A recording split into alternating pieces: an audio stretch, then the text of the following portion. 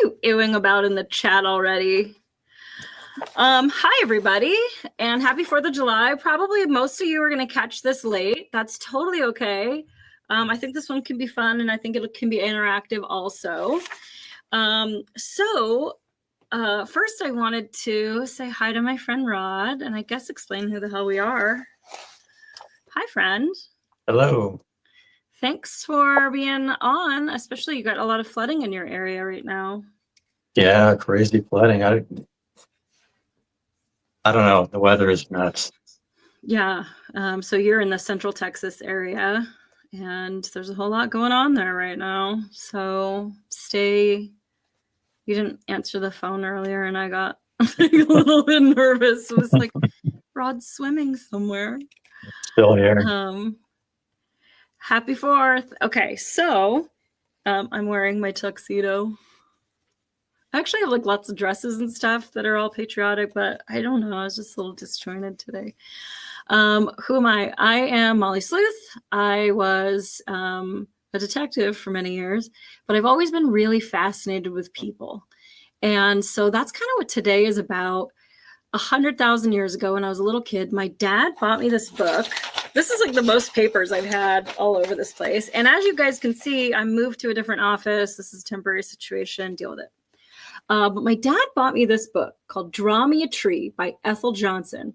This is probably the 5th one that I've had because it's so fascinating that people always want to borrow it from me, and then they never bring it back, and I don't even remember who borrowed it. So this is probably, and it's a real skinny one. You can read it real quick. In fact, I might just read the first few pages if you guys want to know the mystery. But essentially, like palm reading or horoscope or tea leaves or whatever, what Ethel Johnson says is that you can tell a lot about somebody based off of their tree. And so you just give them the very blanket instruction, draw me a tree. And I got all these great trees over the week. I printed out a couple from online too, but you guys really came through, and I'm really excited to go over your trees. That would help because I can't read.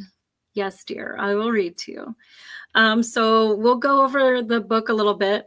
Now, I don't want to ruin anything for anybody that doesn't know how it works, but honestly, I do have a tree of mine in the mix here, which I wasn't even going to say, but you know, I'm a blabbermouth. And so even if you know it, you still have your own signature to it. So if you want to draw a tree during the show, and I can print it out right here and we can go over it.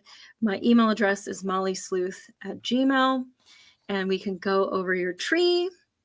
But this is like super fun because we have Rod here, and Rod, you are a professional artist. Tell us a little bit about your art. Well, I used to be a professional artist. Nobody pays me to do it anymore, but you still do art, and you are paid for it, sir. I call myself a digital artist because I mostly deal with making 3D models and 3D renderings. But I mean, sometimes I also like to sit down at my drafting table and just sketch out ideas, and then I'll scan them and paint them in Photoshop. And that's what I did for my tree that I sent to you. And I mean, that was a lot of fun. It was something different. I haven't done that in a long time. Yeah, it took a long time to make your tree, which is really like cool. It's one of the factors of reading the tree, because there are people who make a tree like this. So we'll get through it. Pammy Rutledge is on YouTube. Hi, friend. If you want to draw a tree real quick and take a picture of it and then send it to mollysleuth@gmail.com, I am monitoring, and I will print it and we will look at your tree. First tree I want to go over is the tree behind me.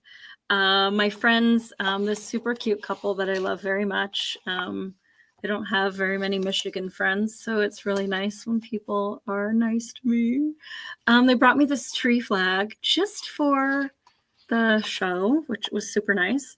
And I didn't really know much about this flag. I remember there being a whole thing with Judge Alito and a flag going up in his yard and people going, oh, that's super alt-right. And he was like, my wife did it. But it's called the Pine Tree Flag, or an Appeal to Heaven flag. I'm just reading off of Wikipedia, so God only knows if this is true or not. Forgive. But basically, it's a flag used during the American Revolution, a flag which features a pine tree with the motto "An appeal to heaven," or less frequently, "An appeal to God," was used by a squadron of 6 schooners commissioned under George Washington's authority as commander-in-chief of the Continental Army beginning in October of 75. Pine tree is symbol of New England. An appeal to heaven appears in John Locke's Second Treaty on Government, where it's used to describe the right of revolution. It's also used by liberty activists and enthusiasts of the American Revolution to commemorate the Pine Tree Riot, one of the first acts of resistance by the American colonists to the British royal authority, eventually culminating in the American Revolution, which is kind of like, I mean, it's the 4th of July right now. I don't know if you noticed my subtle outfit. So it's kind of like America. Listen, you can go deep in the weeds on this Wikipedia thing where it tells you that it means you love Britney Spears and hate Taco Bell. I don't want to hear it. It's a tree. It's behind me. Get over yourselves. So, you know, people will just take things. Molly, if you're missing a pair of green glasses, I found them on top of your head. Oh my God. So there's this one lady who does these things about like menopause, and she just like starts stacking up the glasses. Thank you so much. I had no idea. And like, then she'll have them like hanging off of her and just like wear my glasses. And I laugh so hard at her because that is me. I do that all the time. Thank you, Pammy. And then even like, I'll have my glasses on, but then I'll look for my glasses because my optometrist said to wear the lowest prescription possible. And I want to put on glasses that can have me like see life on other planets, but he says no. So they're just readers. Thank you. That's so funny though. Okay, so let's know what we're doing. Let's talk about this book. I have always been fascinated, even as a kid. Do you remember, Rod, those like little scrolls at the grocery store with your horoscope that you could buy like at the cash register? No. You don't? No. Well, they were like a big part of my childhood. I love to like save up my little dollars and go get my little like horoscope scroll. And like they were in a little case, and you get the horoscope for your star sign. Was it like a bubblegum machine where you put in a quarter in the little round thing? It was a little like cardboard tray at the register, like at the liquor store when they sell the like crack pipes. It was one of those. And there were like 12 sections to it. So you'd pull yours out and then you'd open it up and it would tell you everything about the month that was going to happen to you and stuff. I don't even remember, but they were different ones. You didn't just get like one for everyone, I think. And I think there were different colors and they were wrapped up real small. Like they were like the size of a cigarette and they were like real thin tissue paper and they were long and it was all horoscope stuff. And I mean, later in life, I was like, so there's only like 12 possibilities in this world. That doesn't really seem possible because there's so many different kinds of people, just like there's so many different kinds of trees. I'm going to hold the trees up. It's called Amish screen sharing. So just get used to it. And I'm really excited. But okay, so a lot of the ones I found, I think, are in here. And then some that were sent are the ones that were sent to me were a lot more like detailed and had a lot more information. So I think we'll like get increasingly more difficult. So excited. All right. But so I've always been fascinated with people and I was an actor for 26 years, totally failed. And then I was a cop, which I totally excelled at. I loved it. I worked for Los Angeles Police Department for over a decade. And then I taught interview and interrogation, lie detection, and body language for the department. I love people. In fact, I wish you were here, Rod, because next weekend is Capital City Comic-Con in Lansing, Michigan. And I will be hosting the game that I invented there all 3 days.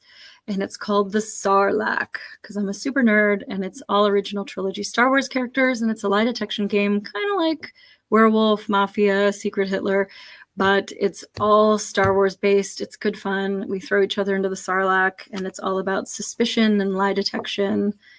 and it's diabolical. I run the whole thing. There's no rule book. There's no like board. There's no dice.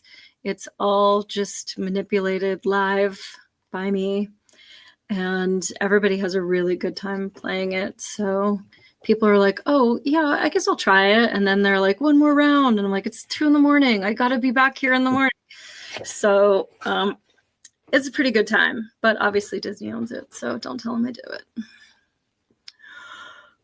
Okay, so let's learn about your tree. And if anybody's watching, you can draw your tree or have your friends draw trees. People love this. They love to know like about themselves. What kind of pizza are you and all that stuff. So draw your tree, maybe then come back to this and then learn about what it means. These are some basics. Also, there's a guy who does one and he sells a DVD. It's on eBay. And his stuff is a little bit different. Rudy Hunter. And he does a little bit different because he has everybody sign his. And I don't know if we'll get into it in the rules. I don't know that she says it, but signing your tree is a sign. So it's a sign that you need to get credit for everything. Rod, we were talking yesterday, I think, or the day before, about people who have a signature line to text messages. And like how wild that is. Yeah, Hey, I've never seen Molly. that. What's up, Molly? You want to go to lunch? Molly. Like you already know who's sending you a text. It's like in the I have seen that. Maybe not lately. I probably wouldn't be friends with somebody like that. There are people that need credit for everything. In fact, I'll just show you right now. In that Draw Me a Tree, I took a screenshot right here because this girl draws a tree. Now, he does give instructions to draw your tree and then sign it. So he tells you to sign it. But like her signature is her whole tree. That's so fascinating to me because this is somebody that needs credit for everything that she does. So I thought that was really fascinating. Now, did he tell her at the beginning to sign it after you draw it, or did she do that on her own? The instructions that he gives are draw me a tree and then draw your signature or sign it or something. There was one lady on the DVD that he said, draw me a tree and then underneath sign it. And so she drew a tree and she signed her name underneath. And he's like, it's very interesting that you put your signature underneath. Like, Dick, you told her to sign it. What are you told her to sign it directly under the tree. That's me. I'm super literal. If you tell me what, like, that's where I'm going to sign it. And she was like, I probably wouldn't have done it, but like she was following instructions, but he doesn't remember. And what I think is fascinating, because I am so interested in people, I'm almost more fascinated by watching how he varies the rules to each person that he's talking to. And I noticed with the girls, he says like, so here's a picture of him. And here's this is the girl who wants the credit for everything, that Lisa that put her name in it. And so he says, first of all, he says, take a card, and he's got 2 stacks. He's got white. They look like about 4x6 or 5x7.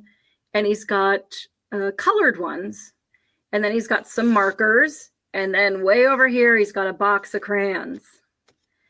And it's almost like, it's so interesting the way, because as a detective, when I would interrogate people, you have to be very careful about how you ask questions. You want them to be really broad and open-ended because you want to know what they know, or you want to know their version of the story and not be feeding these people stuff.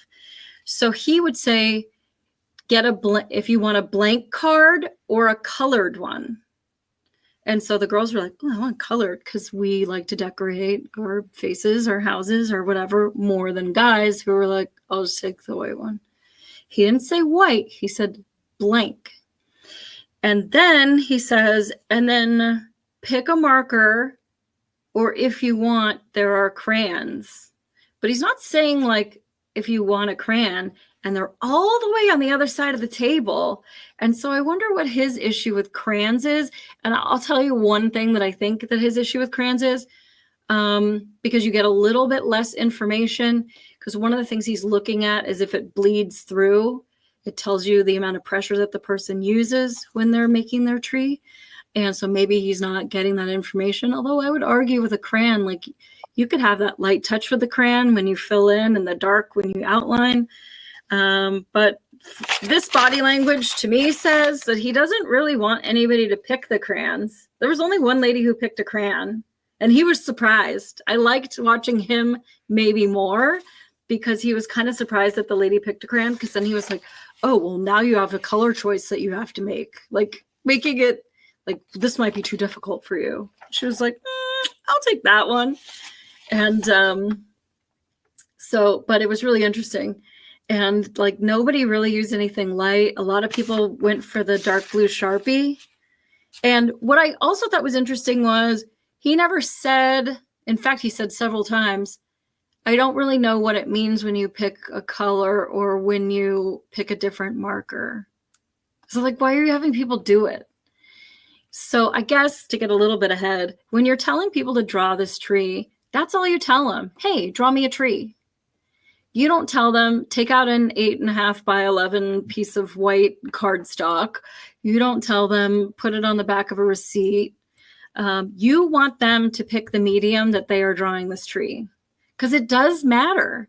If you take out a fresh sheet of like crisp paper and you draw your tree right big in the center, it means more about your confidence and self-esteem and your ability to take up space and like knowing that you have this worth, because essentially your tree is you, versus somebody that like writes it on the back of a receipt or a bar napkin that's a little bit wet and has their gum folded in the corner. And so like you just want to tell them, draw me a tree, and not tell them it's got to be with a Sharpie or here are the implements that you can do it with. And then don't like sit over them and watch them, because one of the things is like the trees that this guy gets are not even remotely as like awesome as the trees that I got. Because if you're sitting over people, then there's sort of a unsaid direction that like you have to hurry up because I'm waiting for you. And you don't want that. You want people to take their time putting as much detail in or as little detail in. I got other trees that were very sparse because that says too about like how much effort, how much do they dive into projects and stuff. All right. So that said, let's read the first couple pages of Ethel Johnson's Draw Me a Tree so that you can read your friends and family at home. And she does show a lot of trees, and she has celebrity trees. Now, this book came out in 1986, so she's got like Phyllis Diller and some old celebrities, but good trees. Okay, so let's see. Now you're ready to begin. Every drawing of a tree is filled with clues that tell you about the person who drew it. This chapter describes the clues you should look for and tells you what they mean. A list of characteristics. I haven't read this since 1986, so just forgive. Okay. The list of characteristics that follows is one that I've developed and refined since I first began analyzing tree drawings. I became interested in it about reading a psychologist's theory that people reveal a lot about themselves in their drawings of trees. And I didn't find anything about that, so I don't know who she's talking about. Because drawing a picture of a tree is less intimidating than drawing a picture of, say, a person or a house. Even people who are self-conscious about their ability to draw seem to feel comfortable in drawing a tree. Yeah, I tell people, hey, draw me a tree. Oh, I don't know how to draw. Like, you know how to draw. Like, we all know how to draw a tree. In fact, I got a lot of apologies for some of the trees that people turned in. Like, oh, I'm sorry, I don't really know how to draw. And so you'd get, like a more simple tree. But this tree is really great for a few reasons. It doesn't have to be like, super detailed and artistic. But we'll get to that tree too. I decided it'd be fun to see how much people did reveal about themselves in their tree drawings. And I started blah, blah, blah. Anyway. Okay. Number 1, the size of the tree. If the tree is small in relation to the size of paper, You're likely to be frugal, the kind of person who doesn't waste anything, including space on the paper you're using. You're careful with your money and your time, and you're usually well prepared for tomorrow. Some of these trees I made bigger so that everybody could see them. But yeah, if you have a whole canvas and you're like, dink, like you're not using, you have the whole paper, it's also a sign of shyness. As Rudy Hunter says in his thing, hold on, I'm getting wild over here. A large tree signifies a generous person. You give everything you can, and when you're asked to do something, you go all out. If it's so large you couldn't get it all on the page, you're generous to a fault. You tend to take on more than you can handle and are always trying to do more than you have time to do, which was one of the first things I noticed about this tree is like it was going places. And like sort of how it's like so high up, and it's like there might have been a little bit of lack of planning or just, and so I kind of know her, and so she's an artist. She hasn't done any art for a long time, and I guess my question to her would be, did you know that your tree was going to look like this when you started? Because she hasn't done art in a while, and so my thought is, or did you just get like swept up in, oh yeah, this is like how it goes, and this is, and it just got to be like more and bigger and taller than you initially signed up for when you started the tree? Because I'm sure you didn't start up here, or it's possible when it got emailed to me that it got cut off, but I did check it to make sure that that was the framing of it. And we'll get to all these great things, like this peacock here is so fantastic. Now, this is to say that last week we were talking a lot about, or 2 weeks ago, we were talking a lot about monsters. And so I think she thought the assignment was monsters. And so there are some like hidden creepy faces and stuff in there. This is why you just tell people, draw me a tree, and not I'm going to grade you on it, or I'm going to tell you about your psychology. You just tell them, draw me a tree, and you let them decide how in-depth it's going to be.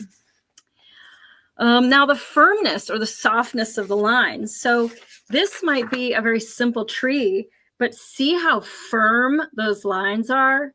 In fact, there's some you can see like in the center of that trunk where they went over it much heavier after they drew a thinner line. And firm, strong lines are drawn by aggressive, positive people who are sure of themselves and know what they want out of life. The lines that have a light, delicate touch means that you're soft-spoken, gentle, and tend to be self-effacing. Most of us draw lines which are somewhere in between very firm and very light. Well, now look at this one and how like light, there's so many more, but look how just the lines themselves, although there are some thicker lines in there, it's also very delicate. And so lines that have a light, delicate touch means you're soft-spoken, gentle, and tend to be self-effacing. Most of us draw lines that are somewhere in between the firm and very light because we're somewhere between being very self-assured or very self-effacing. The firmer your lines, the more self-assured you are, but this can change as your circumstances change. A person who's been successful in a profession for many years will draw stronger lines than someone just starting out. And so if you look at a tree like this, it's very thick, but I mean, this could have been, this to me looks like computer art. So it could have been just the tool that you used. And with computer art, it's a lot harder to read them because you're not getting that information. In fact, one of the things that you look for is you turn it over. And of course I printed this, nobody drew on this paper. Is it, and I've got a good one over here. Does it bleed through or not? You have a tree like this one. Does it bleed through? Yeah, it's basically the same drawing backwards. Like this is somebody that's a lot more, not impulsive. What's the word for it? Like a lot of gusto. It's not aggression, but it's definitely more like enthusiasm in the world. And it can be considered, because I mean, you're seeing basically the same tree on both sides. So I thought that was interesting. A person who's been successful, the same person will later draw softer lines if a professional or finance setbacks cause him to lose some of that self-assurance. Placement of the tree on the page. If it's in the top half of the page, you're what I call an up in the air person. Okay, so then this tree here, Rose Thistle's tree, where's her tree? You're what I call an up in the air person, an independent spirit who doesn't like to be tied down and wants a lot of freedom. But if it sits at the bottom of there are so many trees here. This is really crazy.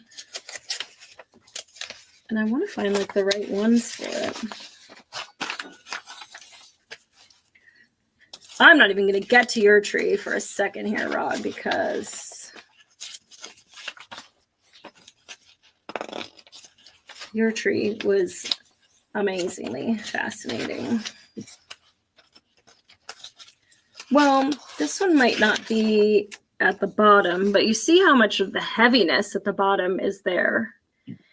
If it sits at the bottom of the page, you're a down-to-earth person. You're a practical nature. People often describe you as sensible or reliable. A tree that is placed in the center of the page means you're well organized. You're good at planning ahead. If a tree has gone crosswise on the page, it indicates broad-mindedness. And what Rudy Hunter says is you need a lot of elbow room. Like you're one of those people who cannot like share a tent. Who's the author of the tree analysis? I'm late. Well, hi, it's Ethel Johnson. This book came out in 1986. So I look for them on eBay because this is probably the 5th one that I've bought. And it's a thin little book. It's really fun. And if you want to draw me a tree and send it to me, email me at mollysleuth@gmail.com, then I will read your tree here. We won't have to tell anyone it's you, even though you kind of just timed yourself out. And so if it's, so then that would be the elbow room, that you need a lot of space. You're a kind of person that can't, share a camper with 4 other dudes and go on a road trip. Like you need to have your own room, your own tent, your own space. Whereas if you draw it vertically, he says, and this was funny. He was telling this girl, he's like, oh, if you draw it vertically, it means that you tend to have like better posture. You're more graceful. You're more in control of you're more conscientious of your spine. And he's talking to this girl who sits like me. And I'm just like, oh, geez. But also it gives you like taller. But at any rate, you don't want to tell them, draw it this way or this way. But what I did think also was interesting when Rudy Hunter, because this is another one, RJ Pye, like, draw me a tree. This is a DVD you can get on eBay. What I did think was interesting is when he's talking to the people and he's saying, okay, you can get a blank one or you can get a colored one. They're already vertical. So like you're already kind of like skewing it. It would be somebody very creative or very rebellious that would turn that, because you're essentially giving them the instruction that this is the way it's going to be oriented. Okay, let me move that off there. The amount of detail in the tree. Did you draw your tree as an outline or just with a few lines? This shows you like to work with the overall concept and let someone else handle the details. So somebody like a planer tree, like this little one, is an overall concept of your tree without all the hubble and bubble of a lot of detail. But this is the same sort of shaped tree, but look at how much more detail they have to this tree. They spent a lot of time on that tree. A few lines just barely suggesting a tree means you don't want people to know how you really think or feel. A lot of detail in your tree indicates that you immerse yourself in the details of anything you do. You're thorough. You make sure that all the loose ends are tied up. Okay, now the darkness or lightness of the tree. You have a serious quality about you if you shaded or darkened the tree. This is another good example. A light, airy drawing without any shading shows that you're easygoing. This is a difficult characteristic than the darkness or lightness of the lines themselves. For example, a shy, serious person will use light, delicate lines to fill in and darken the tree. A self-assured, easygoing person will use dark, firm lines, like this trunk, to draw an open, airy tree. Sometimes a person will draw a light, airy tree that is darkened or shaded in one part. This indicates a serious concern about one aspect of his or her life. A shaded trunk, like this one, means the person has concerns about his or her home situation, while shaded roots means troubled or difficult past, and a shaded treetop signifies concern about the future. Now, one thing I do want to say about these trees, everybody wants to learn about themselves, but nobody really wants to hear anything negative. And even Rudy Hunter says that in his DVD. It's like, you can add a little like, oh, you look to me to be very shy. But you don't want to say, you know, you're kind of socially inept and you feel very awkward and like, I don't even know who suckered you into this today. So you don't want to be too negative with these people who are like, oh, because there's one, let me show you this one. There is one thing that Rudy's talking about in people's past that would symbolize a miscarriage, is when you've got small branches that aren't making it. I would never tell somebody that that's what that meant to me. Luckily, I found this one on the internet, so I'm not horrifying anybody's family right now. But he says that that's what that means. Now, what Ethel Johnson says is that essentially your roots are your roots. It's your past. And some people are very past obsessed and draw a lot of roots. And some people just don't draw anything. It's just floating. One thing is that means that you're sort of easygoing and pliable and you're not that grounded. Whereas somebody like this, they're a stay-at-home kind of a person. They want to be on the couch watching their favorite show. They probably aren't a jet setter. They like to be very grounded, and the past is something that is very much a part of their present. Bless you. So, but then you get like gnarled roots like this one, and you see that it's a lot of the tree. So what Ethel Johnson says is that your roots are basically your past, your trunk is basically your present, and the treetop is your future, how you feel right now about your future. And your tree will change. But so it's interesting how gnarled and twisted this one is, and how instead of reaching for the heavens with a happy cotton ball tree, this is a willow, and everything leads back to the past. In fact, the past has these channels that are very much a part of the life of this being. So their past is very prominent in their life. Then also, if you look at the direction of the tree, like she's saying, when like you get just an overview where you don't need a lot of detail, or are you the kind of person that's like, well, if I go into medicine, but I don't really want to be a dental hygienist, but then I kind of like working with kids, but then I kind of like working with people with this, but you know what? This one makes the most money. And so you can look at people's tree and see these avenues, because this is the future that they are thinking about. And even the most like sturdy, thick thing, you know, they all peter out, and all ideas do. Okay, I want to be, you know, a brain surgeon one day, but you're not picturing what your parking spot looks like or the color of the brick on the building that you're going to work. So, you know, every idea has its end, but this one's very interesting because it all kind of goes back to childhood and the twisted, although it's a very stable tree, it sure is going through a lot of turmoil right now. It's a very interesting tree. I won't make you look at it anymore, but I was really fascinated with this one. Okay. We're back to Ethel. Let's see, the shape of a tree. If it's tall, you're a tall thinking person. Let me get a good example of a tall tree. This is a pretty good one. You're a tall thinking person. You aim high and are an inspiration to others. What's interesting about this tree in particular also is that you notice that it really is a lone wolf. It's on its own little patch of sand, surrounded by the energy of the ocean, and it's sort of leaning away from the sun.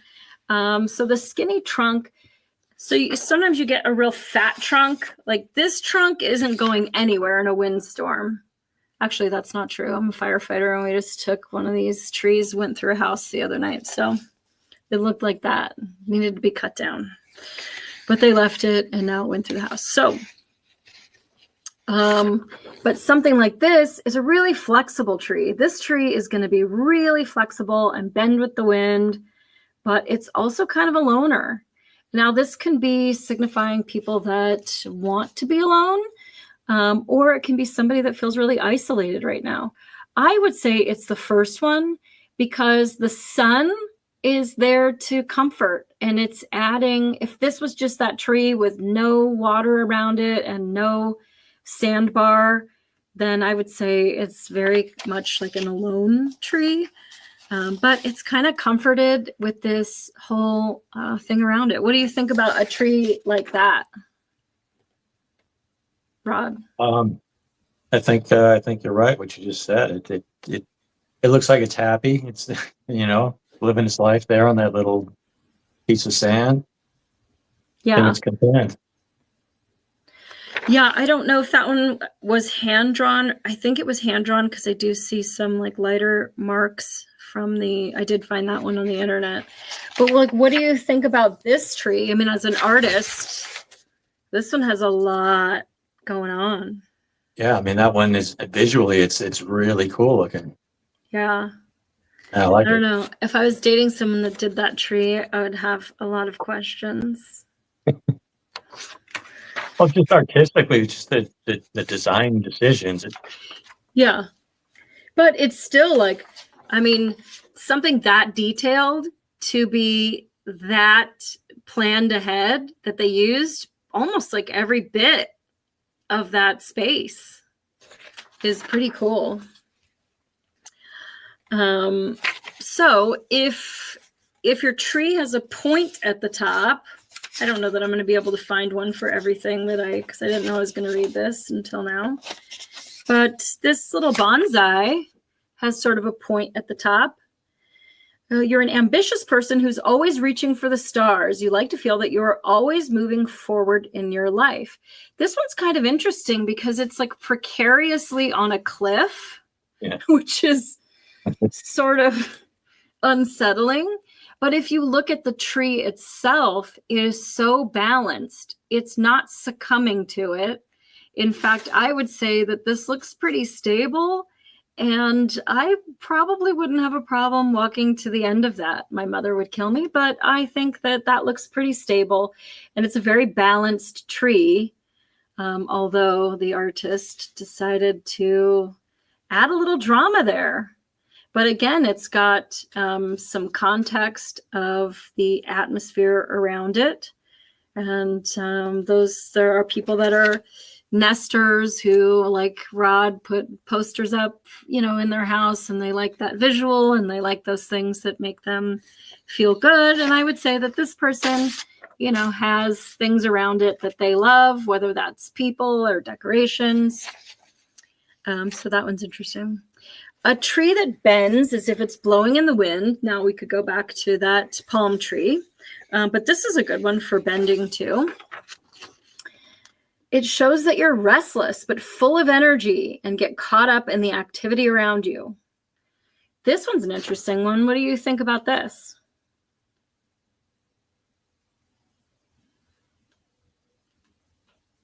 Yeah. If you were dating a girl that made this tree, would you be concerned? Well, because of like as it gets up into the branches, it starts getting really scattered and really going all over the place. Yeah, and so kind of like what Ethel says, because I'll just read the basics of what she says about your trees, but then she goes into specific trees, and there are ones that are this detailed. And this is somebody who has a lot of balls in the air. You know, like I want to do this, but I also want to do this, and that whole like, gosh, I don't know, and like this and this and this and this and this and this, a lot of plans. And then they've got that shading on one side that Ethel was talking about the there's some part of their life that they are concerned about, and it's also on a slant, so it is unbalanced. Even if you said, okay, let's turn the tree so that that's the horizon, then the tree is really over. So we'll give it the benefit of the doubt. Maybe it's a little bit of both, but the tree is very bent and it's on an unstable ground. Also, they signed it, and it looks like they signed it with somebody else. And I don't know if two people drew this tree together. That seems unlikely, but again, they have a lot of the ground to try to ground them, but there's not a lot of roots. This person is very future oriented with so many avenues, and I could do this, and I could do this, and I can do this, and I can do this. And there isn't really one that's like the more solid choice. This path here might have like the most traffic, but it's kind of all equal. Like, I don't know, I could do this, I could do that. So that's an interesting tree. Let's see. A tree that is short and wide, I do have one for that,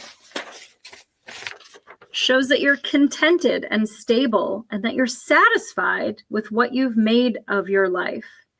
If a tree is very wide compared to its height, you're a protective person. Your tree protects the ground around it, just like you want to protect those close to you. But then also look at this tree, because it's like the weight, there's like there's no roots, first of all. So like the past, it's not even just alluding to it. It is cut off. We do not think about the past. There is no time for the present. There's a lot of worry about the future. There's so much detail in there that it's literally pulling the tree down. This is a very interesting tree. And I wouldn't even say it's sort of part willow, but it doesn't really look like a willow tree, although it seems like there's some hanging bits to it. And certainly the weight of the tree, this tree needs a little prune. Take that little bit off, it'd probably be a much happier tree. But there's like no trunk to it. There's no present. It's very interesting. I liked that one. A lot of detail in that one too, Rod. Yeah. And then this one was like this was out of a book about like how to draw trees for illustrators for like in books and stuff. Okay, the base of a tree. If the tree is planted in the ground, like this one, it indicates a need for security. You want to know where you'll be sleeping tonight. When you travel, you'll want to be sure that all the arrangements have been made before you leave. And then the opposite of true for trees that are floating. Let me find a floating tree. This is a good floating tree. It's perfect. You're perfectly comfortable when things are spontaneous. You can function equally well in any surroundings. If the earth is drawn as a soft, graceful line under your tree, you're happy and contented. A slanting base for your tree, like the one we just saw, indicates insecurity. And a tree planted in a pot means you're likely to be on the go and are ready to take off on a trip at a moment's notice. A tree on top of a hill, I don't know that I have one of those offhand, means you like attention and want to be noticed. So, and if your tree is on an island, we just saw that, you're a loner by nature, or else you may feel very much alone at the present time. I think we've seen this one enough, so we'll throw it over here in this pile. I guess this is a good time to explain. Like, I even had this book when I was little about like interpreting your dreams. Now, Rod, you're a lot more of an introvert and initially kind of more of a shy person. You're not the guy in line at the grocery store that's like, oh, you better watch those cookies. They might end up in my cart. That's totally me. So people are like you would never do that. In fact, if we were at the grocery store together and I did that, I think you'd be mortified. No, I'd laugh. It would be funny. Oh, would you? Okay. Yeah. Because I'm always like trying to make friends, and to the point where I'm like the weird person. But I think with this like dream interpretation book, let's say we both have a dream that we see ourselves on the cover of a magazine. Like, that might to you mean like, oh my God, I was totally exposed and people were looking at me and I felt very self-conscious. And I might go, oh my gosh, I must have been really successful at something. And it must be like that I was famous for something and I finally got the accolades for doing something. It's a totally great thing. And you might feel really insecure and like, oh, I didn't like that. So when she says, this is what this means, that dream book told me a whole lot of things that were like, but is it really? So I just like this stuff because I just think it's kind of fun. And it's a real fun party trick. I mean, you get bored at a cocktail party or you're camping and you don't have a lot of things to do. They could draw it even in the sand. Okay, so if the earth is drawn, okay, a slanting base into security, a tree planted in a pot, we went over that, if your tree's on an island. The roots of a tree.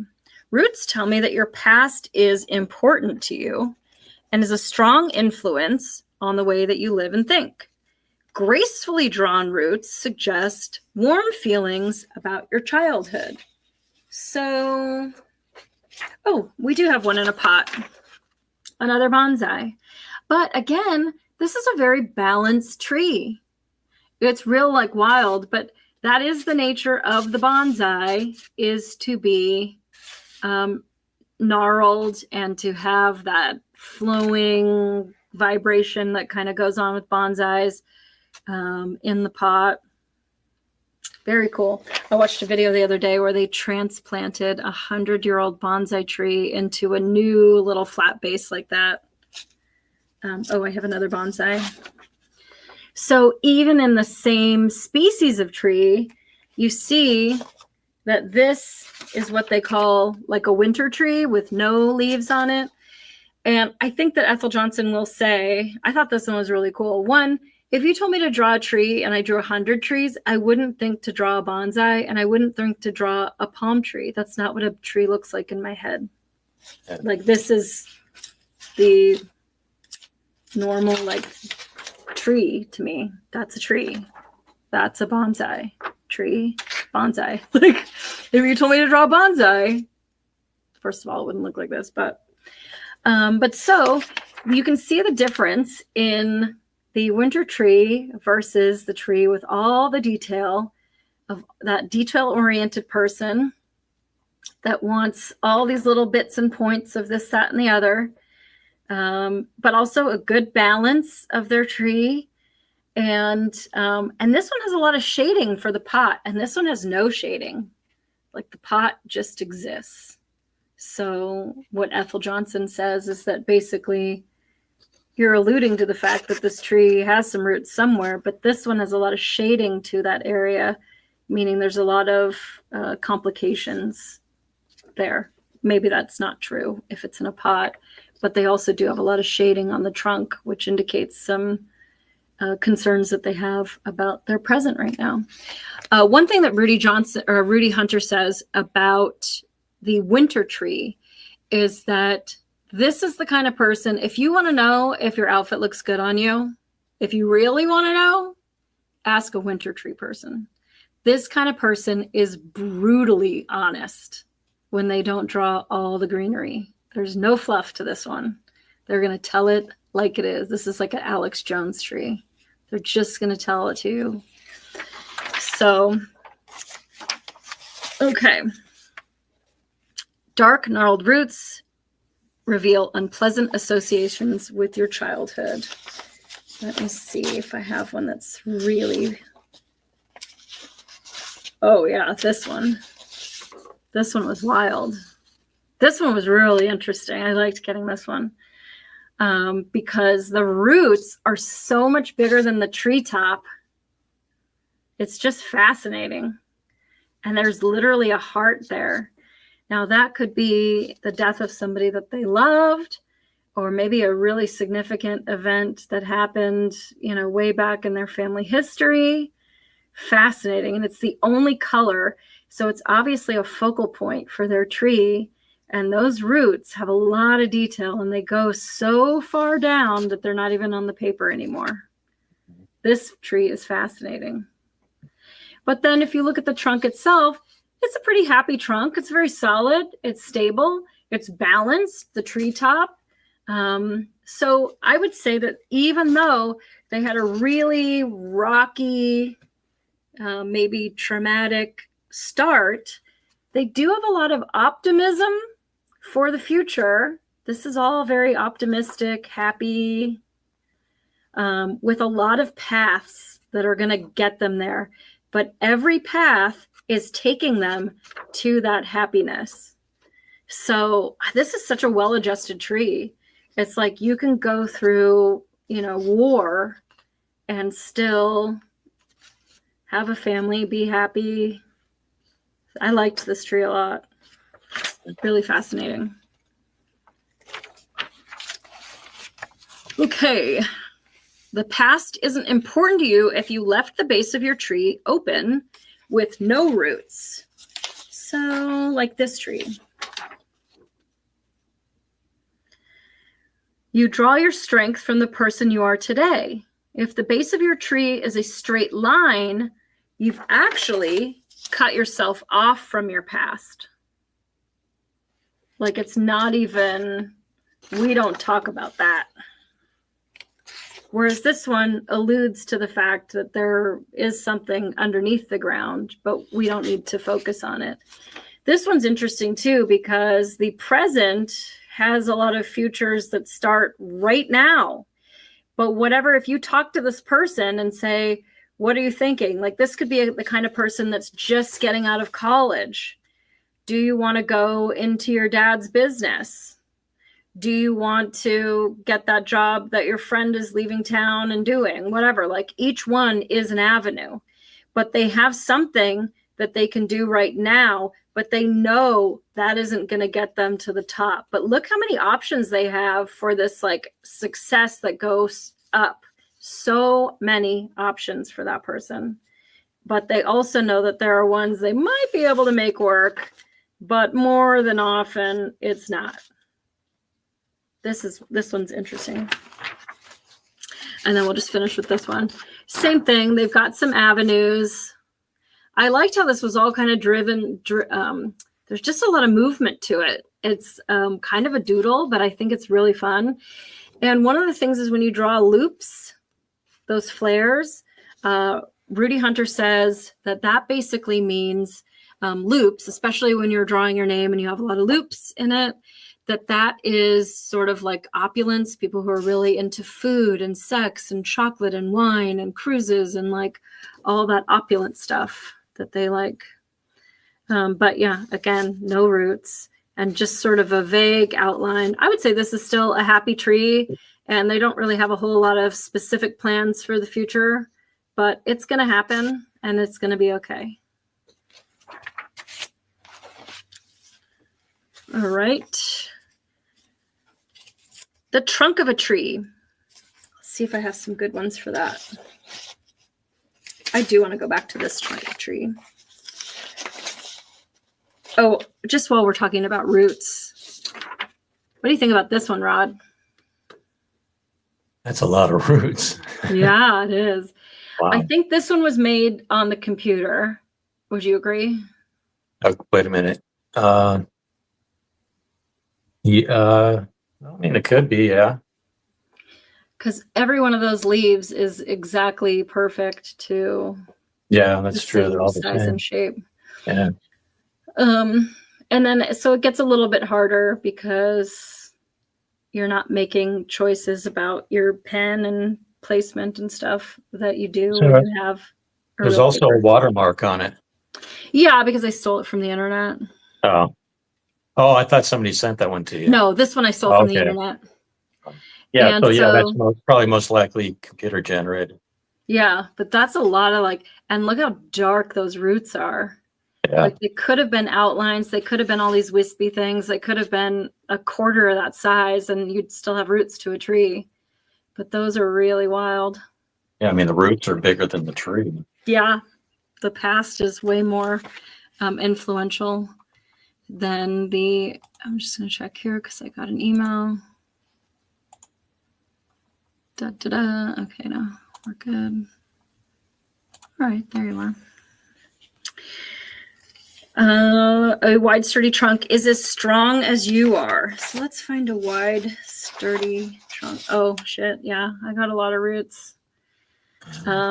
This is wild. Those are huge. I mean, that's like not even real. Like all your energy is in your past. And then like the leaves are just so tiny and so interesting. This person just drew a stump with roots. Oh man, it's all bad. Yeah. When I No, was like future. 20, my boyfriend at the time, who I'm still friends with, such a sweetheart, I had him draw me a tree because I've been doing this for a billion years. And he drew, it was a beautiful tree. And I'm sitting under the tree, and then he's sitting like under me with his head in my lap. I thought it was like I still have it somewhere. Of course I couldn't find it having moved and everything, but it was a very cool tree. Again, just as we're going through roots, what I thought was interesting about this one is that they have navigated around each one of those rocks. Like none of those rocks are really like, all the roots are very gracefully going around obstacles. Yeah. And I also loved this little flower. It was so optimistic. I would love to talk more with this person. Call me, we need to talk. Because of how kind of dark and dramatic this past was and how the future is so unknown, you can't even draw it. Like this could be a person who's gone through health battles their whole life and they try to have that optimism. They do like the grass surrounding it is you being with your environment, and that the future is literally unknown. So let me go in and find some trunks.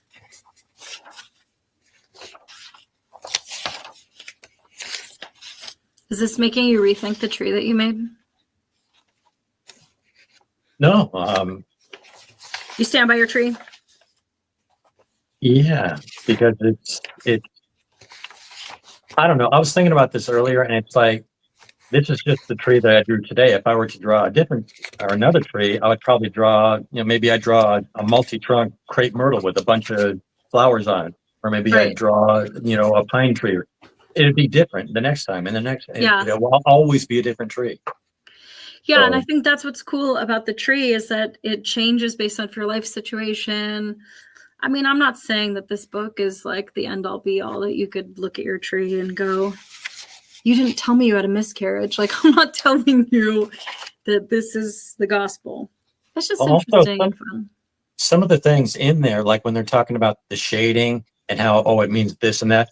But if you're going for realism, you're trying to draw a realistic tree and you got your sun coming over here, then obviously it's going to be dark on the other side of the tree and it's going to be dark underneath the pot and stuff. So, I mean, it's like, to you, okay, but to you because you're such an artist.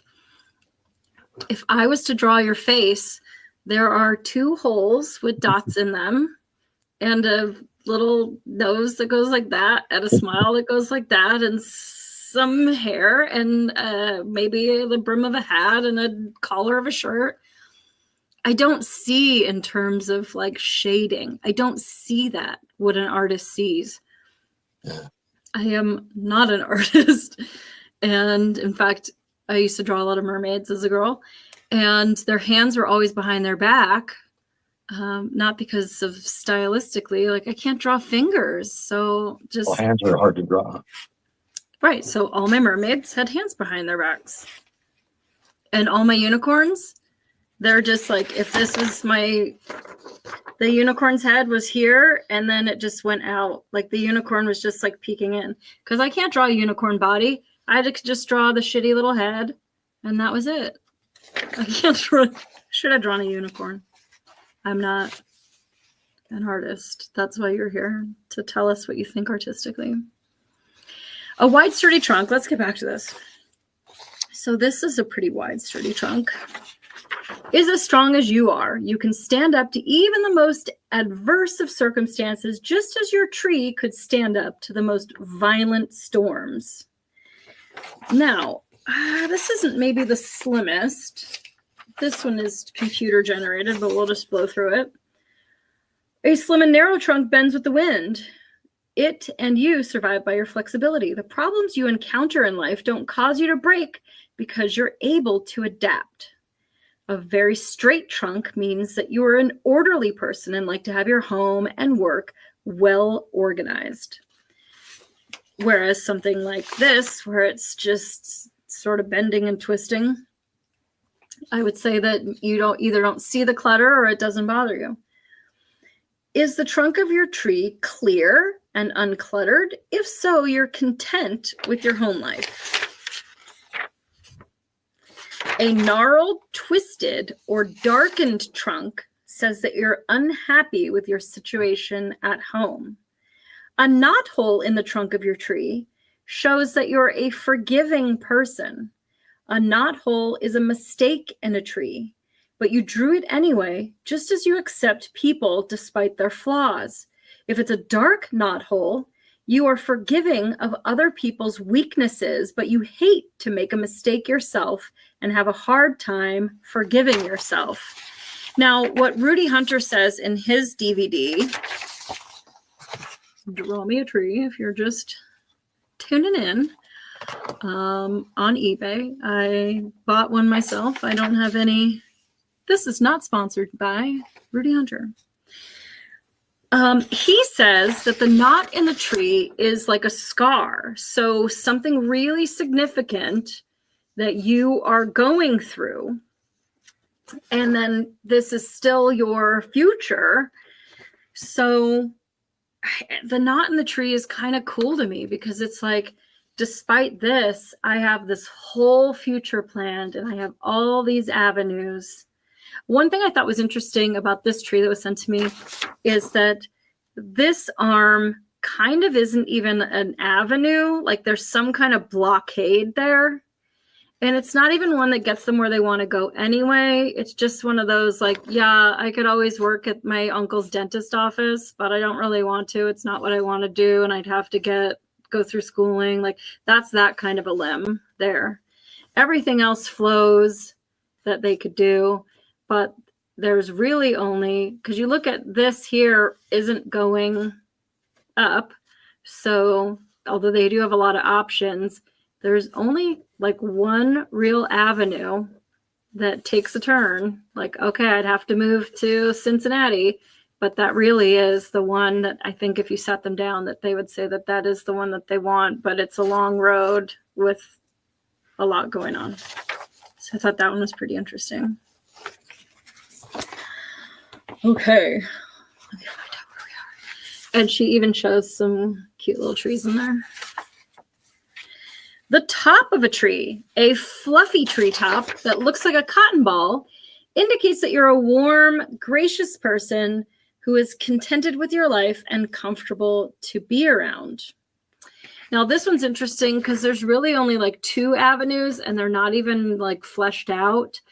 Now, Rudy Hunter says that where it intersects is where you're at right now and not the whole trunk. But what Ethel Johnson says is that the trunk is the present, and then this would be your past and your future. So to also see if somebody is past, present, or future minded. Hello, Christopher. I see you in the chat. We haven't gotten to your tree yet, but we will. You're a private person and keep to yourself if your tree has a simple round top. Children often draw round treetops because they haven't learned to express themselves. Adults who draw round treetops, let's see. Well, I would say that this one is kind of round. Adults who draw round treetops chose not to express themselves. A winter tree with branches and no leaves means you're an honest person. Not much can hide behind a winter tree. So like this kind of a tree. You're also likely to feel that how things are done is more important than the final result. You feel that the branches that hold up the leaves are more important than the leaves themselves. I wonder what this one little single leaf is, besides an artistic choice. A summer tree.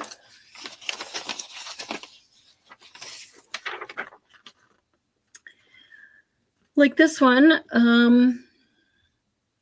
drawn with curves and swirls that suggests a leafy tree means that you care more about the end results of things than you do the methods used to accomplish it. I don't think they're talking about that kind.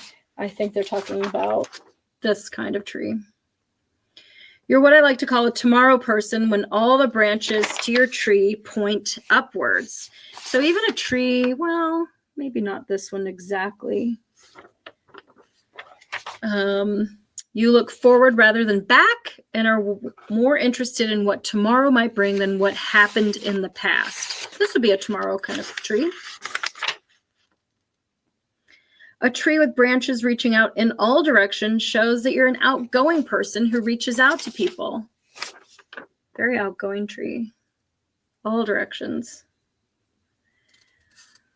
A treetop that has lots and lots of lines that suggests energy and movement shows that you like to keep busy. You're always involved in many activities at once. Sometimes, though, a treetop with lots of lines will look like a tangled mess. That's a sign that you're confused about the direction your life is going. You're spinning your wheels a lot of the time. If you drew branches of the tree and then placed the leaves in clusters on the branches, you like to finish one project before you start another. I would say that there's some branches going on there than leaves. If you drew the branches of the tree and then placed leaves in clusters, we already did that. A methodical person often draws each individual leaf on the tree.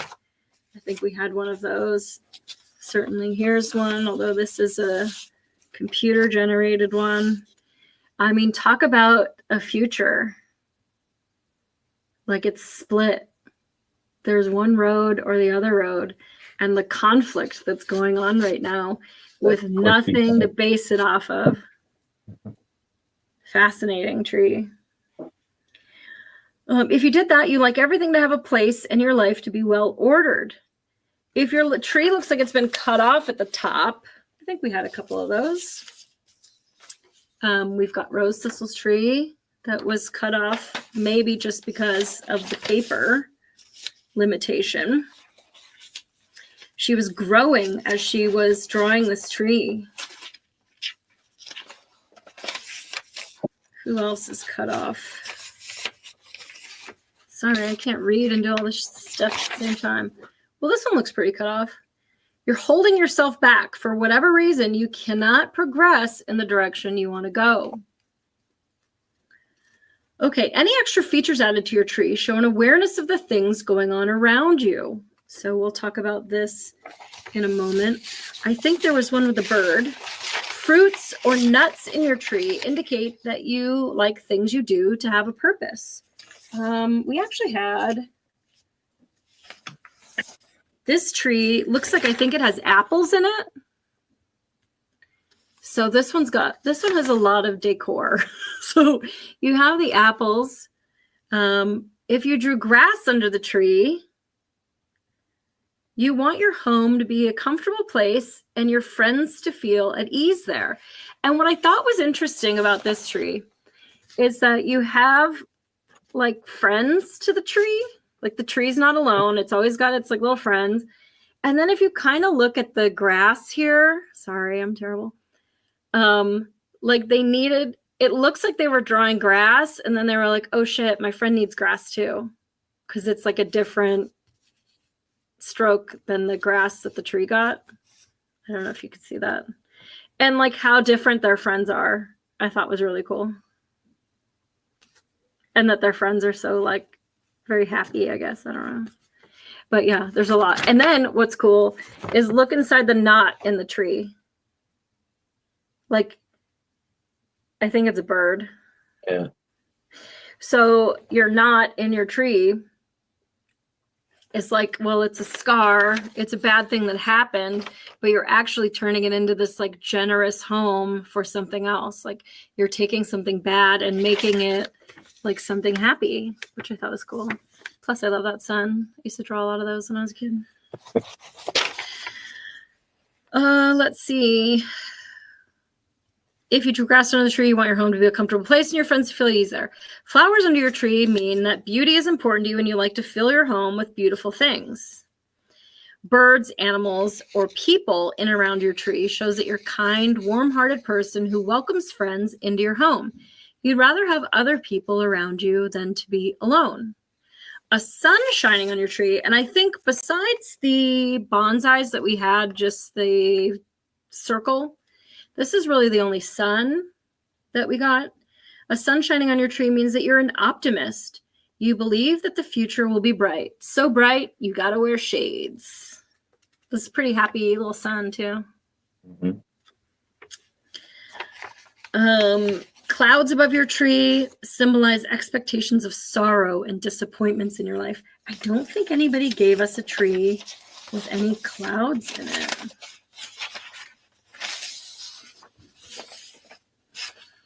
Can't wait to get to Circle of One's tree. He did a tree, and then I told him what the tree meant, and then he drew us a tree that he wanted to be totally unhinged. So I think that's funny as hell. And a swing in your tree means that you enjoy life and find fun in everything you do. I kind of didn't get that from this particular tree, and here's why. You have this sturdy trunk. Where is the future going? I don't know. My whole purpose is for the fun of others to use me. It was kind of like a sadder tree. Kind of a utilitarian tree. Yeah, my life's purpose is for other people's fun. Now, I had this other one that I found on the internet that has a tire swing. Here it is. And it literally says, happy place. And that tree, it's got its own life going on. It's got a lot of future-minded, like, oh, I'm going places. The whole purpose of the tree isn't just for the fun of others. That's just one little offshoot. But the rest of the tree is going places. I thought this one was a very happy tree, and they did want people to be able, the generous nature of its life could help others. Whereas this one has a more like somber vibe to it, that's the entire purpose of that tree. It's kind of like that was its purpose and it's kind of just abandoned now. Yeah.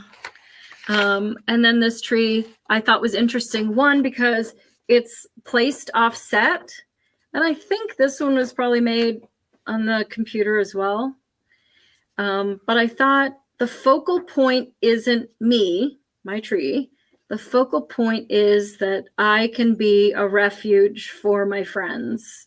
was sort of what I got out of that. That others are more important. They're the star of the show before you. Yeah, I got some plans. They're not super detailed, but this is the star of the show. So maybe like a mom with a new baby.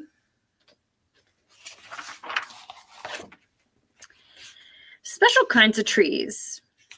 Ooh, I do want to get to this one. I think I've got a couple. There's a lot of trees here. Oh, here we go. And this one. People who draw Christmas trees. And so I moved to Michigan, obviously, you know. So I just call these Christmas trees. And they're like, it's a fir, it's a pine, it's a whatever. Like, it's a Christmas tree. Like, I'm from LA. This is a Christmas tree. So I'm glad that Ethel Johnson is backing me on this. People who draw Christmas trees are joyful people who love to celebrate all kinds of happy occasions. They're also usually sentimental. And so that is also, Rudy Hunter in his DVD also says that the Christmas tree or the pine tree, we have a pine tree behind us, is also people that are very sentimental about birthdays and anniversaries and like really celebrating life and different holidays and circumstances. I got another fir tree. This one was fascinating to me because there's so many like levels to it. Nothing. Like it was, that part of it was so cool, but it is still a Christmas tree, I would call it. And this is somebody who is so detail oriented but yet so freaking organized. It's well balanced, but it's also flexible. Like it's not like a totally inflexible wide trunk. Very detail oriented. This person would make a good, engineer or, and then I love the hope that's going on at the top of the tree. The happiness that's going on there is very detailed. I don't know if you can see. But here's the thing I found was super interesting. The bottom of the tree was like wet. Do you see that? How like the bottom of the paper, they wet it to symbolize like the ground, the tree line. Mm-hmm. And Ethel Johnson doesn't say anything about that. I won't speculate, but that's just really creative, out of the box thinking. Like nobody wet their trees, people. This is the only one. So maybe more of a rebel, more out of the box, creative kind of mindset. I thought that was really fascinating. And then look at the trunk. The trunk is just like, remember that cartoon when we were kids? Like you just have to like work in the button or in the factory, like pushing the button, whatever. Like there's not a lot. Everything is just, it's all energy just going straight up to the top. Yeah. I thought that was neat. Okay. Then people who draw palm trees are dreamers with ambitious goals and lots of plans for achieving them. Rudy Hunter says that palm trees are for people who are really like chill. They like that whole like beach thing, and they're more like hangout people. And he says that more often than not, the people who draw the palm trees are from colder climates, and it's sort of an escape, that that feeling of vacation. Willow trees are drawn by those who are sad or wistful. I think we have, well, we've got rose thistle's willow tree. This one's just so fascinating. So, okay, not only does she have, like, she must have really fascinating friends because she's got like a little friend that she's hosting in her tree that's a peacock. It's not your standard stupid little bluebird in a tree. This is somebody like fabulous. So probably like lots of, but the tree also has so much mystery. I think this is a snake that's in the tree. And then you've got this little head peeking out here, and you've got this creepy monster like going on over here, which was really cool. And I just really liked this tree. The roots are really gnarled, but look how short they are. Like, we think a lot about up until here, and then how sturdy this trunk is, that like there's no wind that's going to blow that down. But then the wispiness of the willow going back down to the past. I don't know. Again, I wouldn't have thought to draw a willow. To me, a tree is somewhat like that, a poofy thing with a thing on the bottom. Now, if the branches of your tree are chopped off at the ends, or if you drew a stump, you feel thwarted in fulfilling your goals.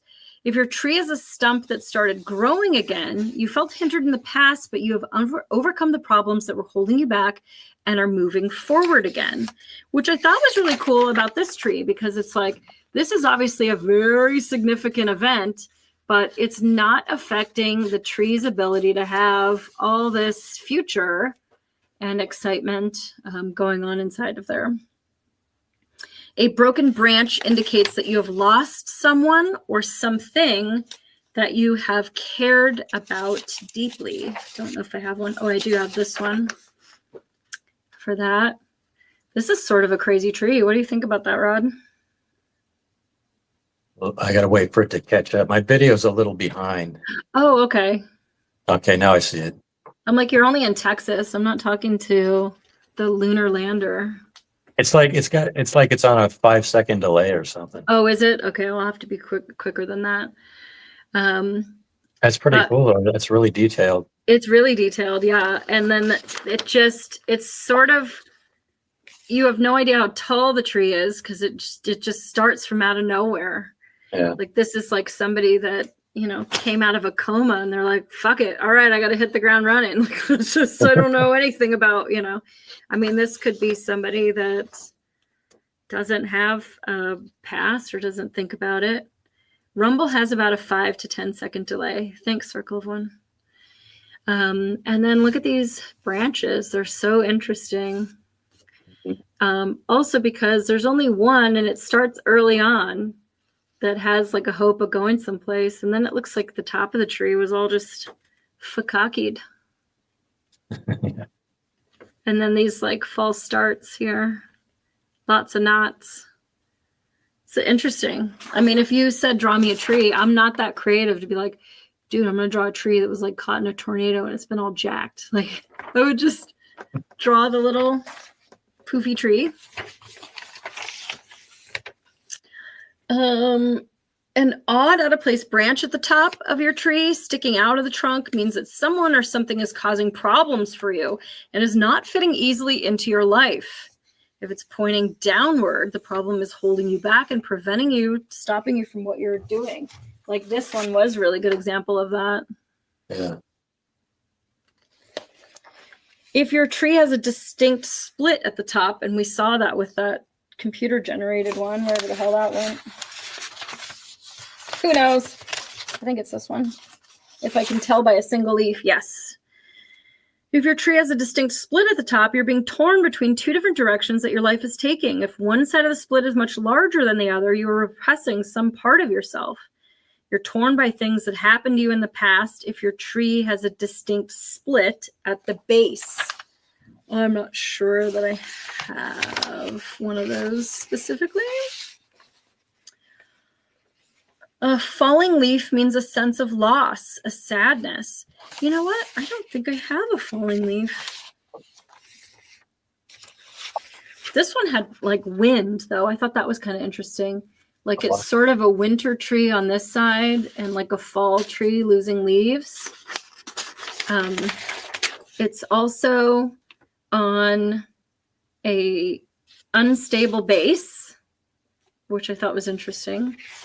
And then they drew this horizon line. And that's sort of interesting because if this is your present and you're delineating that this now is future, it's like, and what Rudy Hunter says in his DVD, he says that this is your life. So if you're 30, then these are your 20s, your 10s, and your single digits as a child. And so that's where, like, if you have a knot way down low, it's like, well, you had a real rough start, maybe like a hard birth. Like,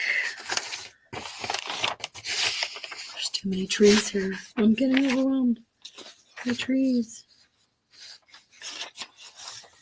Like this one had this like kind of false start going on. Something really like that was going to be a part of your life stunted real early. So a real early loss in your life. And then again, it's got this one branch coming off of it that's like not going anywhere or doing anything for the tree. And like, you know that you should be a dental hygienist, but like, what if I tried to be an artist? Well, it's not going to make any money. And so you've got lots of plans in this tree, and there isn't one real good straight shot, which I just thought was very interesting. Also, they signed it and put the date. It just says Louise and the date. So they want credit, but it's also with that horizon line, it's like, this is that one date in time. Don't hold me to this tree tomorrow is kind of what that says to me, which I thought was interesting.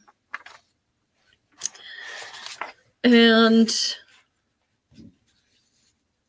if your tree is just, I didn't move my little sticky. So did you write the word tree or identify the kind of tree it is? Oh, like that one with the tire swing that said happy place. If so, you're sometimes afraid that no one understands you. Like, you got to just spell it out. Like, this is happy place. If you didn't know, happy, this one's happy.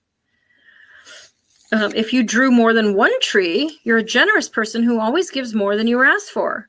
If you drew several different types of trees, you're a very versatile person with many moods. You always have several ways to approach everything you do. So now that you have a list of characteristics describing your tree, you need to analyze how those characteristics interact and alter each other. For instance, a winter tree indicates an honest person, but a winter tree drawn with aggressive, strong lines is different than a winter tree drawn with soft, delicate lines. The person who drew the first tree will give you an honest answer in a blunt, straightforward fashion. The person who drew the second tree will be open and honest, but the response will be kind and gentle.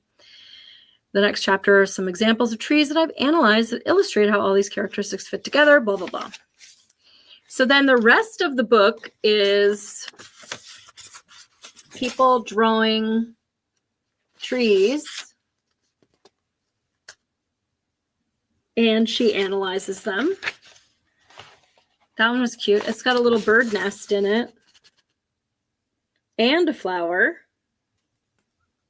and a sun, and a cloud. Let's see what she says about this first one. This is typical of the soft cotton ball top drawn by a person who is warm and comfortable to be with. I can't show it to you while I read. Soak it in. It was drawn by a housewife who is the mother of 4 children. She was raised in a large family, and her warmth and humor make her a favorite aunt for her many nieces and nephews. She drew birds and a nest in the tree and a flower under it.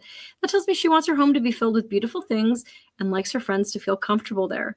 The uncluttered tree trunk indicates calm, carefree home life. Since she didn't draw any roots, the past is not important to her. She's a tomorrow person who looks ahead and not back. She drew both clouds and sunshine in the sky above her tree, so she's aware that life includes both sorrow and joy. That doesn't depress her. She just accepts life as it is and looks forward to tomorrow. Yeah, interesting that, like, the clouds are on one side, the sun is on the other. Like, pretty fun. Okay, so I got a couple of other trees we can go over. Rod, are you ready for your 5-second delay? I guess we kind of talked about that one. This person also signed theirs with a date. I stole it off the internet, so it says 2018. But I thought it was interesting that they had these small little failures and the knot. But really, like, this is a pretty optimistic tree. I liked this branch, though. This was my favorite part of this tree. It was like everything's kind of upward trajectory and then wah, wah, wah. I thought that was kind of cool. Okay, let's get into some trees. This one was neat. It was a watercolor and like the polka dots on the bottom. I don't know. To me, that almost looked like this was a hydroponic tree with bubbles where the roots are. And I don't think Ethel Johnson goes over that. But look how their life now is underneath this horizon line, like, or water line. Do you think that, especially because this is obviously like watercolor? I don't know if you can see that, Rod, what you think about it. Well, the first thing when I look at it, the first thing that pops into my head is that as above, so below. Mm-hmm. You know, it's kind of like the same above as it is below. So it's like, almost like a mirror really image. Is. In fact, this could be almost a reflection in water, except that the reflection has more trunk than the real tree. And that it looks to me like it has a bird here, and it doesn't in the reflection, if it is a reflection, which I didn't think so, because then you'd have the water line further down. Yeah. But interesting, because all these little polka dots, I don't know if you can see those. Mm-hmm. Yeah. To me is like water, and especially because this was done with watercolor. I just thought that was really interesting, that their past and present are underwater. But if you make it, there's a lot of places to go, but they're like they're giving safe refuge because there's nowhere else for that bird to land and be safe. Mm-hmm. I thought that was pretty interesting, if that is a bird. Okay, let's see what other ones we've got to look at.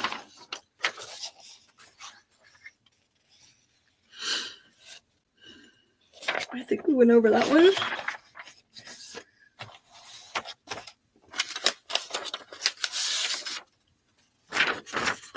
This one was drawn for us. Now, what I think is kind of cool about it, oh, you can't see that.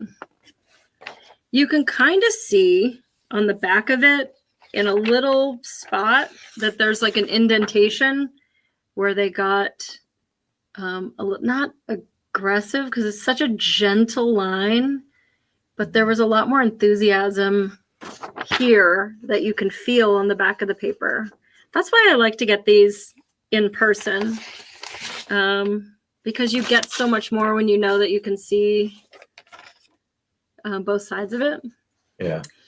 But a super happy, this is an optimist tree, somebody that doesn't spend a lot of time worried about details, that the details are just a broad, this is what it's going to be, a nice trunk, very streamlined, but I like how it's bigger, like it's growing like that. And what Rudy Hunter says in his DVD is that that it indicates like that pinch point is like there was a little bit of stifling, something that they went through that they're now recovering from, because mostly trees will grow wider in the trunk.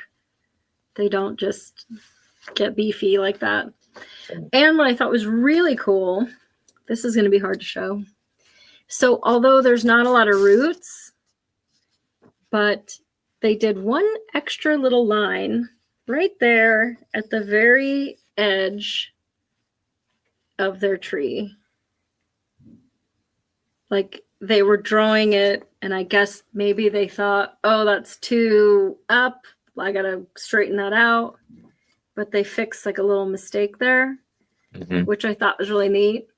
Because you see in like how they started the line here and they went down, because you can see that there's more ink from the pen.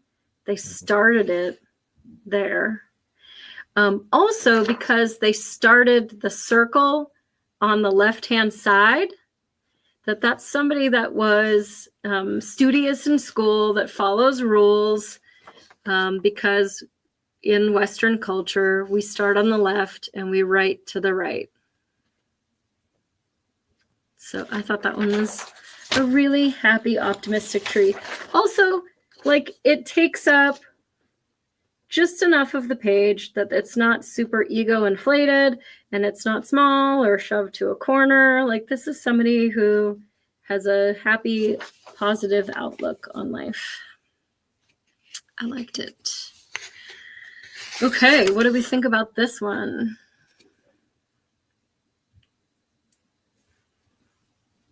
This one looks like a birch tree to me, I think, because of the papery lines on the trunk. Yeah. A very good use of space, but it is off center in the paper, which I thought was interesting. And also a different kind of tree, a winter tree, no frills, and the shading indicate kind of a serious person to me. But somebody with a lot of detail, because that's a lot of branches. This is a pretty nice tree. Yeah, it's nice. I also liked that I've never seen a knot on the branch. You know, usually it's the scars are on the trunk. So I thought that was kind of cool. And they even have another one there. Mm-hmm. Whatever avenue this is, it could get them where they want, but this is like gamblers. You know, I lost my wife, I lost my house, I'm still trying to do it. Maybe I'll make it someday, but it's like, no, you should have just stayed working at the factory. Okay. I'll ask you what you think about this one, Rod, once you can see it. But this one is just so much energy. I mean, it almost looks like lightning when lightning hits and it branches all off. Yeah. Like if I put it upside down, that could almost be lightning ball lightning or whatever coming out of the sky. And it's on an angle. And I just think that this one was pretty cool. Yeah, I like how much movement there is in it. Yeah, there's a lot of energy to that one. Yeah. I really like this tree, though. This tree is it's so unique. It's so creative. And each one of their avenues is going to be okay. I think it's really optimistic. I like how they drew it and then like went around it again. Like they just really like, nope, that's what it is. I'm going to just reaffirm it. But they spent time on this, but it doesn't have a lot of detail, but they went over the same lines a couple of times. I thought that one was very cool. Another thing I wanted to say about Rose Thistle's tree is that although she is an artist, she didn't sign it, but she did put the date. So time is more important to her than getting credit for it, which I thought was very interesting. Very cool. Also, there's like, I don't know if you can see it, but this almost looks like an eye instead of a knot. It almost looks like a dragon head or something coming out of it. Like this is a very layered person with a lot of balls in the air. Just so many interesting things going on at once. I want to just be able to look at it too. But like there's parts of the tree that have kind of reptilian scales, and then like that old man's face, and then like that little like hobbit's face inside the tree. And I know I like stuff like that because it's like every time you pick it up and look at it, you see something different. It's true. It's very, very cool. I was excited that she sent it to me. This tree is very cool. one, they chose to use color. I think there were only like 2 people that used color. And although the ones I stole off the internet, I guess, are black just by default. But I thought what was so cool is like you're choosing to, this is somebody, if you read Ethel Johnson, that needs to be, doesn't want to be misunderstood. So I am going to literally spell it out for you. And what I thought was cool is that over here with family, that it was reinforced, very sturdy, like over here by family, whereas this one was like a little bit lighter and more whimsical, joy, forgiveness. And I liked, yes, we have to be a part of our surroundings. Somebody that probably has a lot of things around them that they love, whether that's, houseplants or decor and things on tables or who knows, but they like to be surrounded by friends or fun things. And like, look at how the future is so, although it's not detailed, it's so defined. And then how wispy the trunk is and how much is going on in that trunk there. And if you listen to Ethel Johnson, and actually Rudy Hunter says too, that when the trunk is shaded, there's a lot going on right now. And so maybe that's why the treetop is so, obviously, besides the words, it is an optimist tree. Life is going to be good up there, but right now I'm going through a lot of shit. Just thought that one was a very cool tree.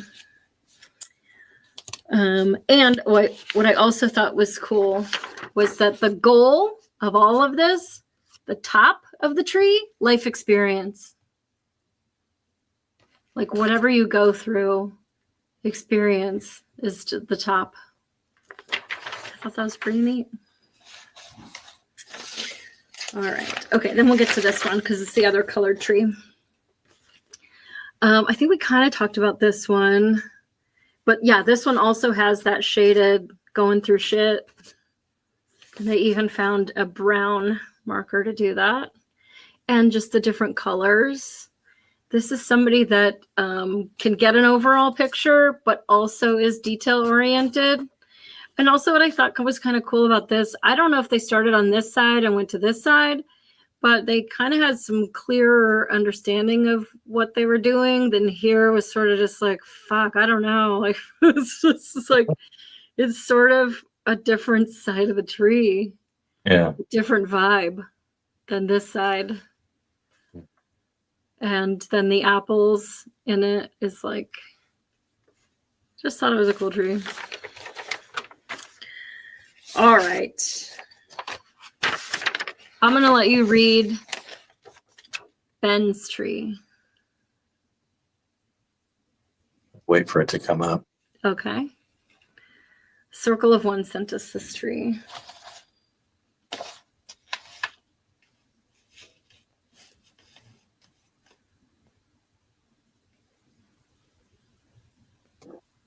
Well, it's interesting at the base how it's so big and kind of tapers up to a skinny trunk. And then there are no branches until it gets all the way to the top. Yeah. And then they go all over the place. Yeah. And so what Rudy Hunter says is that you have this idea for the future, but it's a long road to get there. Mm. And there's no real roots showing, but somebody who likes surroundings. And there's a lot of avenues that are with a lot of details. This is somebody very detail oriented, which I thought was cool. Okay. Then when I told him what we were up to, he drew another tree.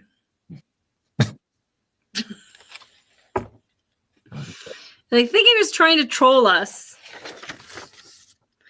This is the next tree that we got from him.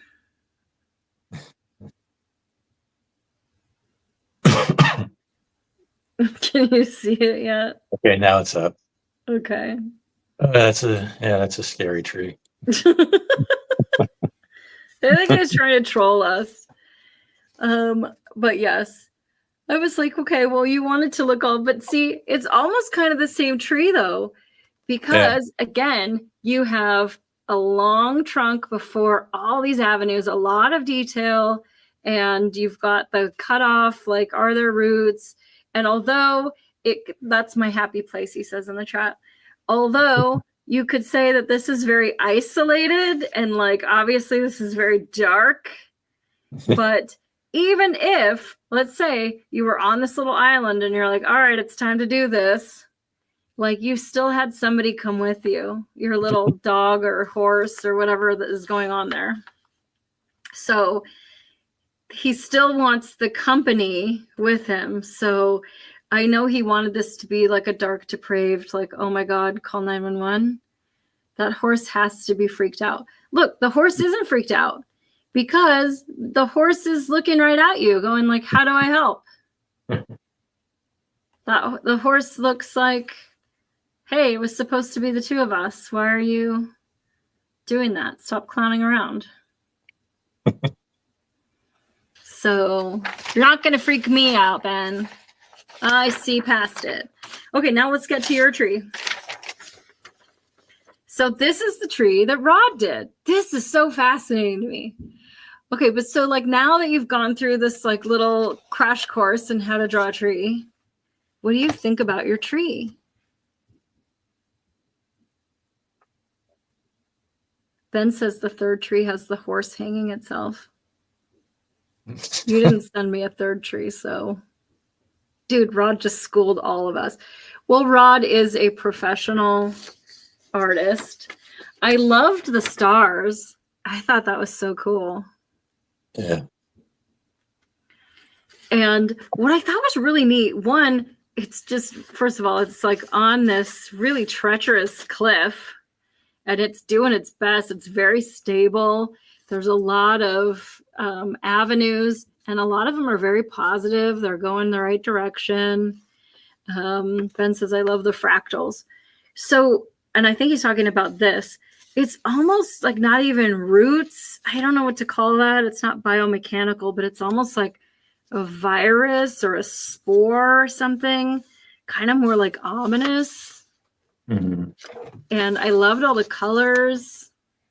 It's so creative. I mean, obviously you're an artist, but even though like you're an artist and you're paid to be an artist, like you signed it, but you signed it almost like you can read it if you're right up on it, but it's not the main part of your thing. So even though you're an artist and obviously you want credit, it's not Lisa. Right. I mean, that was the whole point. I whenever I sign stuff, I make it like almost transparent to where you can still see it. It's still on there. It's kind of like a watermark, but it's not like it's not drawing your eye to it. Like, oh, look at me. I did. It's just to say, hey, right, this is mine, especially since I put stuff on the internet. No mistaking that. Yeah. Lisa needs some credit. So I just think it's just beautiful. It's really well balanced. It doesn't look like a sick tree. It's very honest. And it kind of looks like with the stars sort of dancing in the treetops, almost like you're alluding to those being little possible leaves. If there weren't stars in the other corners, I would have thought that they might have been little buds the way that they were inside there. Yeah. And your knots. And then this almost looked like little like eyeballs or something, kind of like it's this creature. Sort of reminded me of like a Skinny Puppy album cover, where it's sort of that, I don't know how to explain it, that creepy biomechanical kind of. I really liked it. Okay, anybody. So if you want to send me a tree, I mean, first of all, now you know like the whole thing to it, but the book is really cool. Ethel Johnson, Draw Me a Tree. And there's a lot of really good trees in there, fun ones that you can learn about.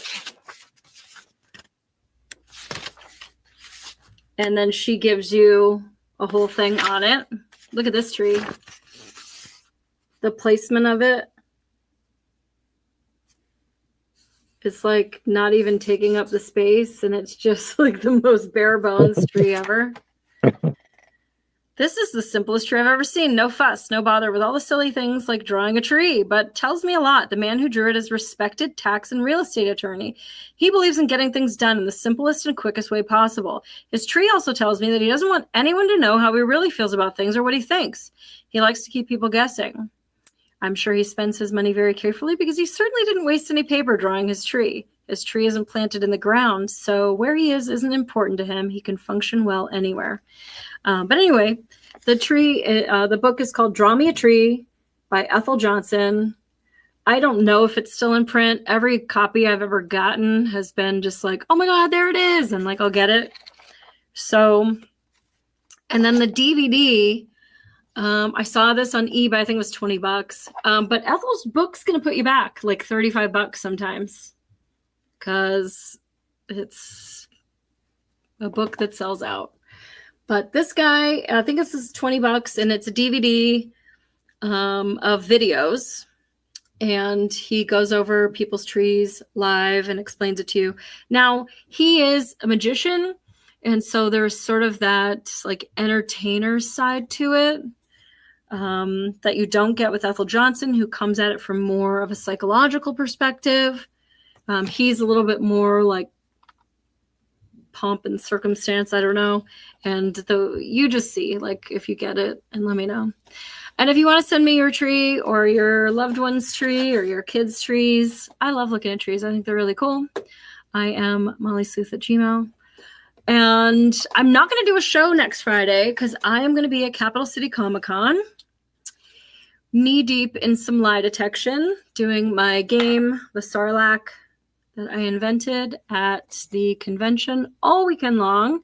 If you're in Michigan, come to the Comic-Con and let me do terrible things to you.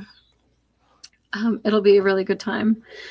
So I will just be too blown. And I don't think they have, it's at the convention center, and I'm sure there's Wi-Fi, but I don't, like, I thought about live streaming it, but I don't think that you get like the nature of it. If you pull back and see like all freaking 40 people playing this game at once, then you don't see all the nuances to like the body language that they're doing, that you're like, oh, that guy's lying. I was going to ask you if you've ever recorded one of those games. No, I've taken pictures a couple of times, and usually they'll come and take pictures because my game draws the biggest crowd of any game at Comic-Con. Not to toot my own horn. And I think this year, hopefully I'm a little bit closer to the front of the room. They change things around every year.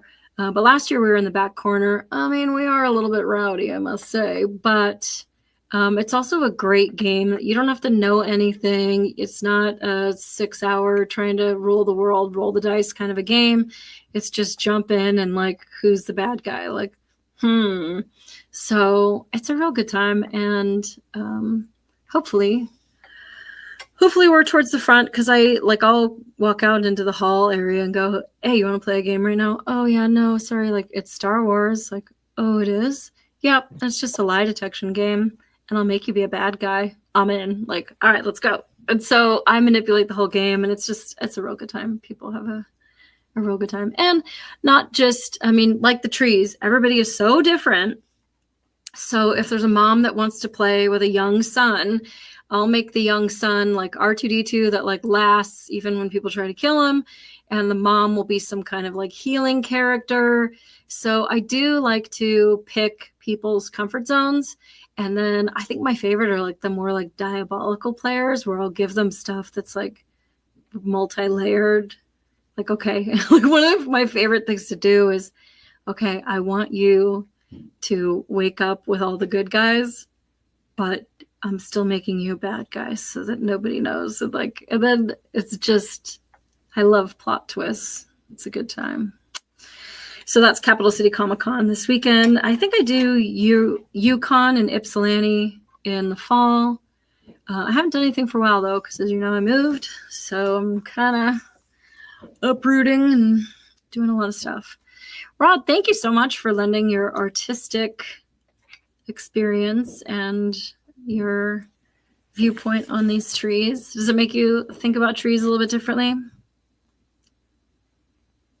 I mean, yes and no. I mean, it does make me think about things, but then, like I was saying before, for me, it's all about the artistic decisions, and it's not about like things that are boiling up from my past and stuff. It's just like, which direction do I want to take this, and how is it going to look? It's all visual. Yeah. And it's not,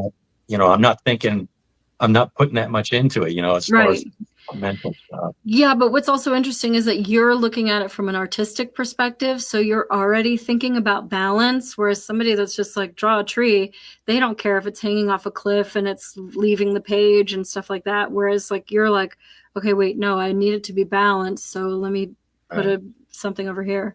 Have your family draw trees for you and then see what they look like.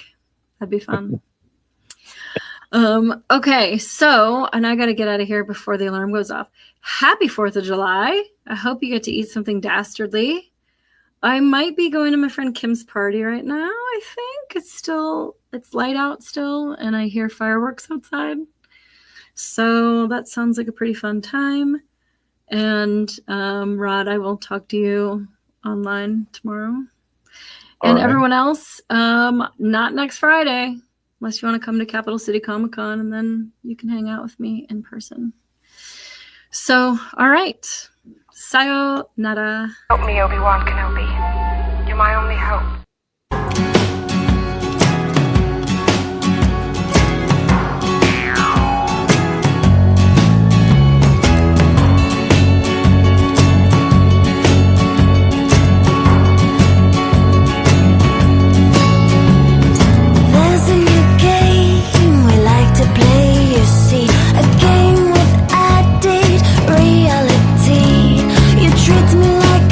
Get me down on my knees.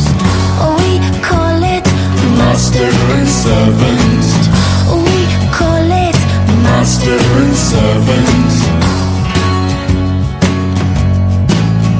It's a lot like life, this play between the sheets, with you on top and me underneath. Forget all about equality. Servant. Let's play master and servant. It's a lot like life, and that's